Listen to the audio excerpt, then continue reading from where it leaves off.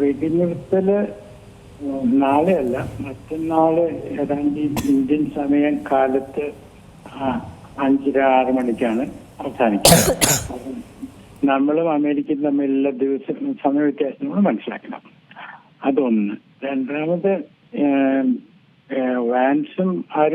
Vans ഇപ്പോഴും അങ്ങോട്ട് പോയിട്ടില്ല.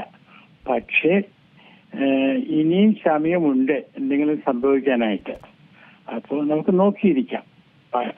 ഈ വെടിനിർത്തൽ നീട്ടിവെക്കുന്നില്ലെങ്കിൽ, സംഭാഷണങ്ങൾ തുടങ്ങുന്നില്ലെങ്കിൽ ഒരു വലിയ ബുദ്ധിമുട്ടുള്ള ഒരു സ്ഥിതിയായിരിക്കും നമ്മളെല്ലാം അഭിമുഖീകരിക്കാൻ പോകുന്നത്. ഇപ്പോൾ തന്നെ മാർച്ച് മാസത്തിൽ 40% ക്രൂഡ് ഔട്ട്പുട്ട് കുറഞ്ഞു ഗൾഫിൽ. പിന്നെ ഫെർട്ടിലൈസറിന്റെ കാര്യം വരും. അപ്പോൾ ലോകത്തിലെല്ലാവർക്കും ഇത് വളരെ ബുദ്ധിമുട്ടുണ്ടാക്കുന്ന ഒരു കാര്യമാണിത്. ട്രംപിന്റെ ഭാഗത്ത് പറയുവാണെങ്കിൽ, ട്രംപ് ഇത്തിരി ബൈപ്പോളറാണ്. ഒരു ട്രംപിന് ഈ ഒരു കരാർ വേണം.